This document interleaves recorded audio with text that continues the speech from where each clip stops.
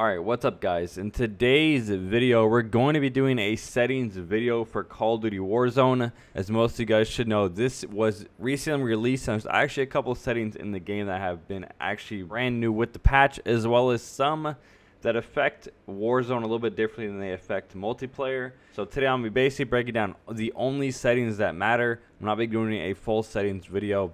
This is strictly for Warzone, these settings that matter most to make your overall settings, your screen, your overall gameplay better in Warzone. So the first and foremost thing you guys should know most is the newest setting that was recently added is the HUD, the minimap shape, as well as the minimap rotation. You can now use round or square. Square is new. It basically allows a bigger HUD on the top left of your screen, which gives you a bit more visual look of the minimap, as square is obviously a little bit bigger than the circle. If you guys look at the picture on the screen now, I personally have 100% switched to square just because it gives me a bit more of the ability to see on those outside corners you guys can see. And then as well as the minimap rotation, basically what enabled versus disabled. Disabled means the minimap is going to stay distinct as far as the map layout, as far as north, west, east, and south. I tried playing disabled, and as a guy who's been playing with the HUD rotating for how many years now, I did not like it at all. I got extremely distracted by it, so I played just enabled, which is normal. And there's two specific controller settings that are going to directly affect the actual mechanics in Warzone versus in multiplayer. The first one, which I found the most affecting to me, is the use reload behavior. Obviously everybody wants auto looting, you know, being able to one tap to loot fast. That was the biggest problem with Blackout. In my experience in this game, I've tried switching to contextual tap or tap to use, which basically allows you to tap the button to auto loot. In my experience testing this, obviously can't do private match.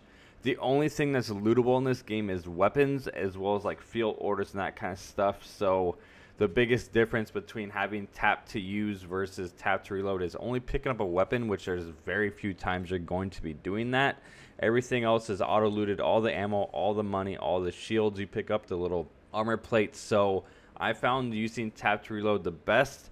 Obviously, if you want to try and, you loot faster, contextual tap and tap to use, I found reloading, and I found actually a couple times I died trying to test these settings out because I couldn't reload. Playing the tap to reload is what I found best. Like I said, everything is pretty much auto looted in this game. The only real difference is like picking up dead silence or switching your field upgrade or using the buy machine, that kind of stuff. But there's very often times you're actually doing that, so just holding the square button is the easiest to use. Like I said, that's probably the biggest factor I found in what affected my settings the most and which one I didn't like. And then the next one is going to be the movement. Obviously, Battle Royale, Call of Duty Edition, there's no building. You're basically running out in the open sometimes. So I found the slide behavior as tap, which basically if you tap the button, you instantly slide. It's going to help your movement, the ability to dodge bullets better. If you're able to one tap the slide button, which is going to allow you to have more random movements, it's going to be harder for players to track you.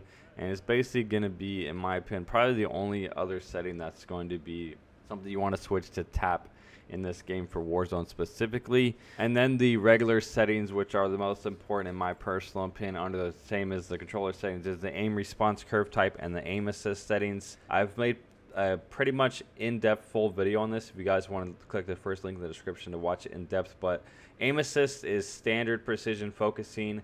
The descriptions read backwards. Focusing is extremely strong. It is definitely not recommended at all. And then precision basically allows your aim assist to be a little bit stronger.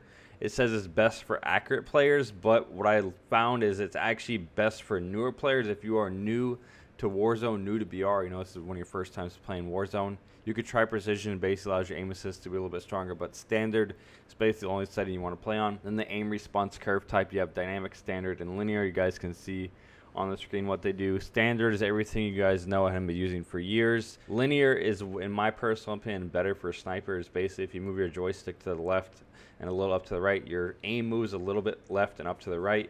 The difference between dynamic and linear is if you're barely moving your joystick on dynamic, your aim barely moves, but if you're extremely moving your joystick on dynamic, your aim extremely moves. So it's what I found to be the best, allows me the most free motion on my joysticks. And dynamic is pretty much the wave. If you're not using dynamic, the only other thing I'd recommend is standard. unless you're sniping. I found sniping to be the best for linear. And then as far as the most important settings, which I found to be the best for me, is going to be the visual settings under the general section. If you guys go, the film grain is 100% one of the things you matter most. So you want that at 0, and your world and weapon motion blur you both want disabled. These are basically going to allow your overall ability to see to be better. And then the next one is going to be the audio settings. I play on boost high. I've done testing. If you go through, you can actually test all of them with your headset, and if you're using a headset, if you're playing with speakers, I found boost high to be the best for me as far as what allows me to hear the best in my headphones. So that's what I find and what I recommend most for the audio mix. But other than that, your overall sensitivities, I play 6.5 horizontal vertical. My ADS I play 0.7. My ADS being 0.7 allows me to track players better. Having a lower ADS is going to allow my tracking to be a little bit better. My overall aim to be a little bit better. So those are pretty much the only important settings you guys need in Call of Duty Warzone. If you guys did enjoy the video, leave a like, subscribe to the channel if you guys are new. I'll be uploading a bunch more Warzone videos for you guys. I definitely am madly in love with this game. I definitely plan on playing it a lot more than the multiplayer for now.